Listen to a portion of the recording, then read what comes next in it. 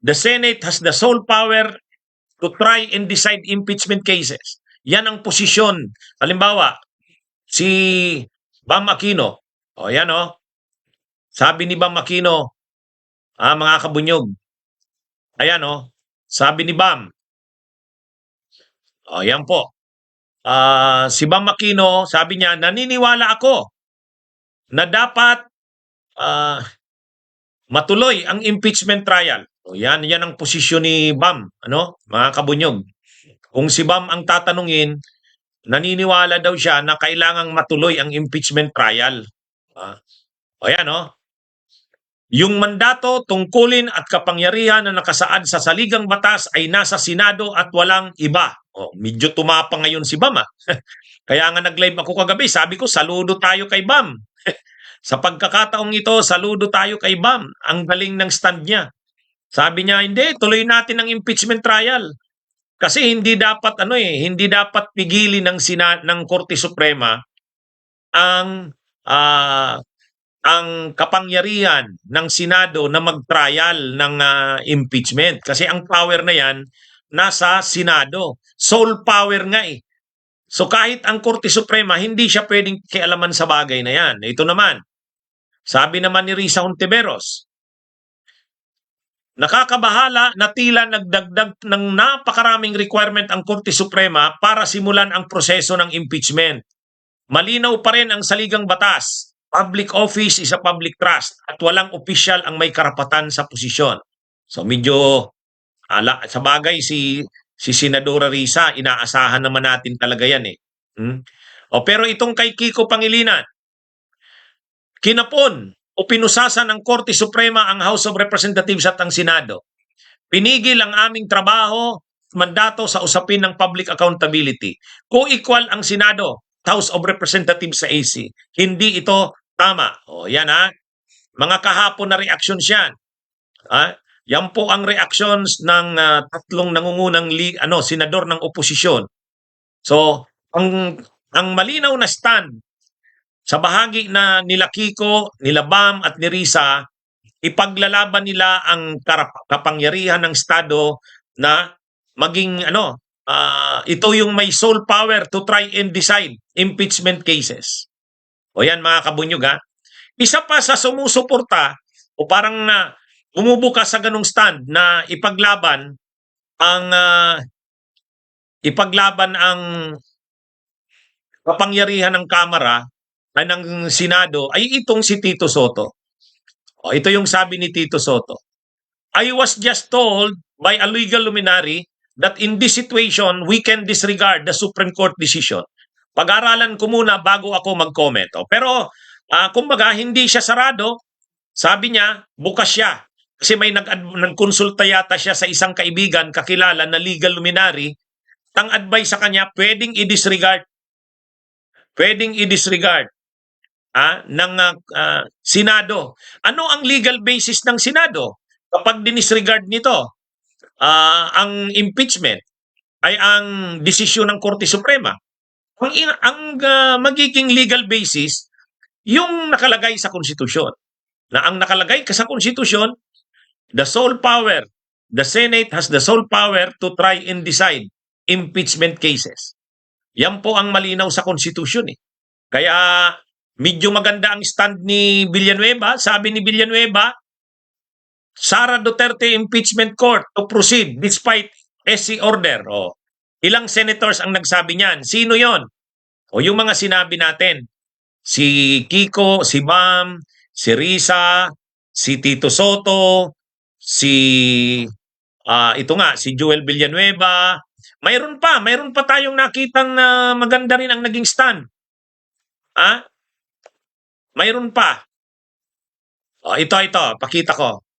Ang isa pang maganda rin ang naging stand ay si Tulfo. Si Erwin Tulfo ay nagpahayag din na sabi niya dapat irespeto ang kapangyarihan ng Senado. Yan mga kabunyog. So medyo may mga magagandang stand ang mga senador tulad nito.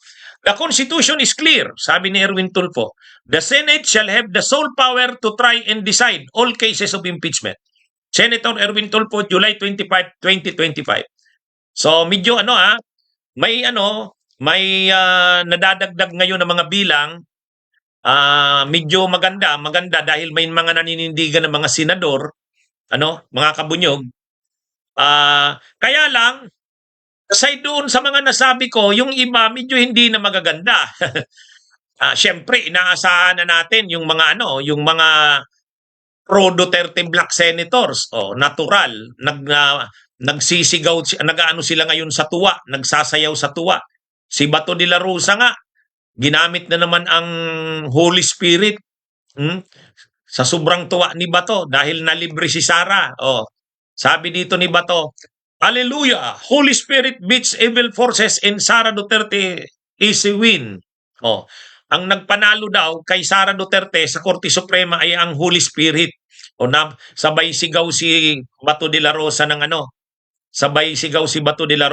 Hallelujah! Yan mga kabunyog, yan si Bato. So wala, hindi na yan maasahan si Bato. Yung isa pa, siyempre unang-una kaagad na natuwa. Siyempre tuwang-tuwa siya. Sino? Siyempre si Amy Marcos. Sabi ni Amy Marcos, ito mga kabunyog, kay Amy Marcos naman, igalang at respetuhin ang desisyon ng Korte Suprema. Yan.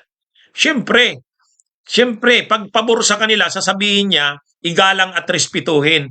Kaya makikita natin mga kabunyog, mga kababayan, hati ang Korte Suprema ay hati ang Senado. Kung itutuloy ba ang impeachment, kahit sa kabila ng desisyon ng Korte Suprema, hati ang Senado dyan. Mayroon din na ito, nakaka-frustrate din ito. Sa bagay, hindi naman nakaka-frustrate, inaasahan na to eh. Kasama ito sa Veterans Block. Kaya lang, dahil nga hindi naman talaga ito matibay ang paninindigan, ito, naglabas na ng kanyang stand si Mig Zubiri. Kasama ito nila Tito Soto. Pero dahil rin ito, balimbing din talaga to, hindi naman talaga to matibay ang paninindigan, ito na ang sabi ni Zubiri. Nagsalita na ang Supreme Court. Huwag nang pasaway, please. Bakit? Yung pagbibigay ba ng ibang opinion sa Korte Suprema ay pagpapasaway?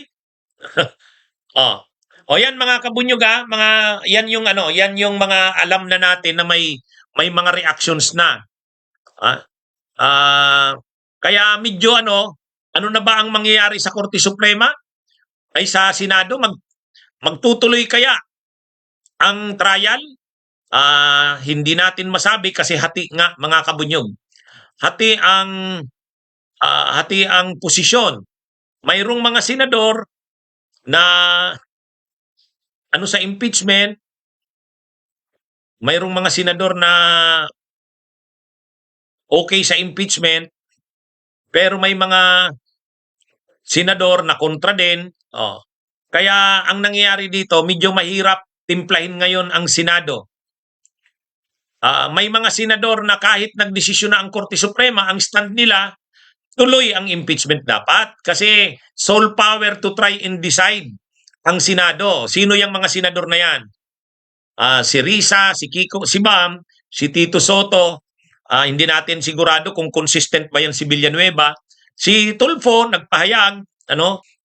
Pero sana, balik na naman ako sa lagi kong sinasabi, sana kung ang Malacanang gumalaw, ay susunod naman yan.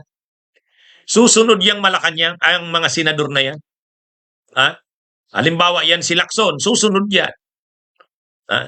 Sila Gatchalian, susunod sana yan. Sila Jewel, si JBRC to, susunod yan. Kaya lang wala nga eh. Silencio nga ang Malacanang. Kaya ang nangyayari dito, hati ang Senado pagdating sa issue na yan. Pero sigurado tayo, magsesesyon ang impeachment court. Magsesesyon. Pagbubutuhan pa rin ng Senado yung desisyon ng Korte Suprema.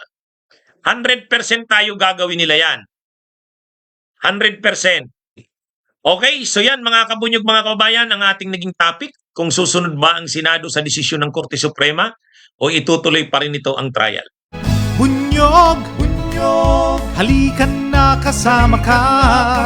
Bunyog, Kapag buklod ay may pag-asa, Luzon, Visayas, Mindanao, isa ang pananaw.